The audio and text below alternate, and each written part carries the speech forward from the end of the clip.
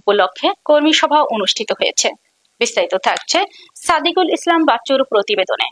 এ সময় বক্তব্য রাখেন তাহিরপুর উপজেলা আহ্বায়ক কমিটির সদস্য ডাক্তার শামসুর উদ্দিন, শ্রীপুর উত্তর ইউনিয়ন বিএনপির আহ্বায়ক মোহাম্মদ লায়েস মিয়া, সদস্য সচিব মোশাহিদ আলী, সাবেক সহ সভাপতি আব্দুল গনি মিয়া, সদস্য ফেরদৌস আলম আখুনজি, মোহাম্মদ বাচ্চু মিয়া, হাজি আব্দুস সামাদ, হাজি শামসুল হক, মোহাম্মদ লালু মিয়া, কামাল মিয়া, আলী আমজাদ, ইউনিয়ন যুবদলের সাধারণ সম্পাদক ইদ্রিস আলী ফকির, ইউনিয়ন ছাত্র দলের সভাপতি রফিক মিয়া, মাহবুব হাসান, সুয়েব সহ অঙ্গ ও সহযোগী সংগঠনের নেতৃবৃন্দ।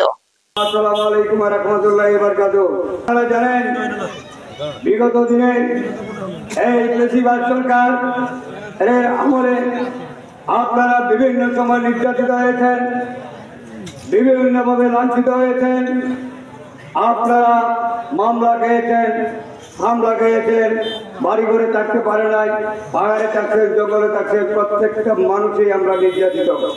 তাহিরপুর উপজেলার সদস্য ডাক্তার শামসুদ্দিন সাহেব এখানে উপস্থিত আছেন।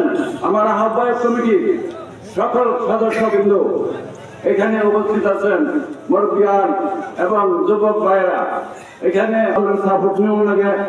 তাহলে শুধু এই ওয়ার্ডের মূল দলদের আছে, ওনারা সাপোর্টে এই কমিটিটা হবে।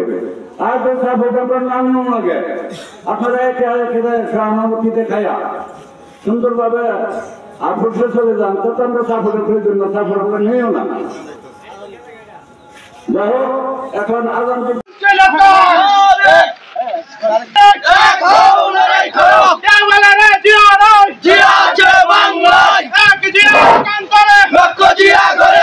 কোনো ব্যক্তির নামে আমরা স্লোগান করবো না।